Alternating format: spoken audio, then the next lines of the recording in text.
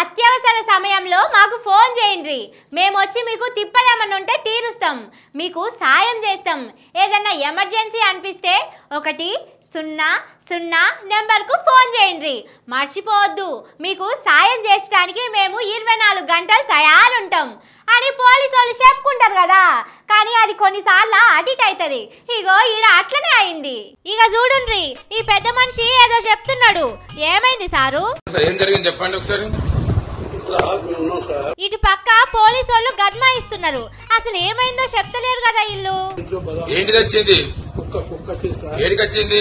ఇంట్లోకి లోపల తెల్ల చెదలు చేసింది. అది బయటకు పోతుంటే మమ్మల్ని పోసి నీ పాడుగాను.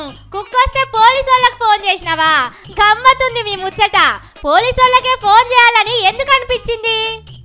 మనకు అందరికి సాయం చేసే వాళ్ళు ఎవరంటే పోలీసు వాళ్ళు కదా. అందుకోసం మీతో సాయం జరుగుతుంది. మీ కుక్కలను మేము వెళ్ళగొట్టాలంటావు.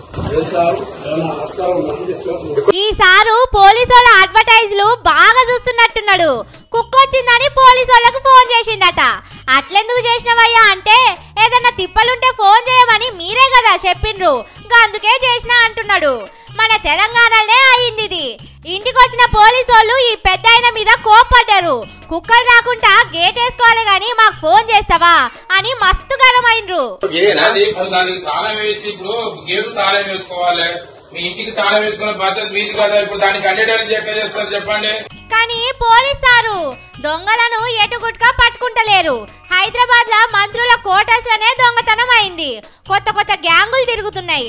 వాటిని పట్టుకునుడు మీతోనే అయితలేదు. కనీసం కుక్కలనన్నా పట్టుకోనని సోషల్ మీడియాలో జోకులేస్తున్నారు.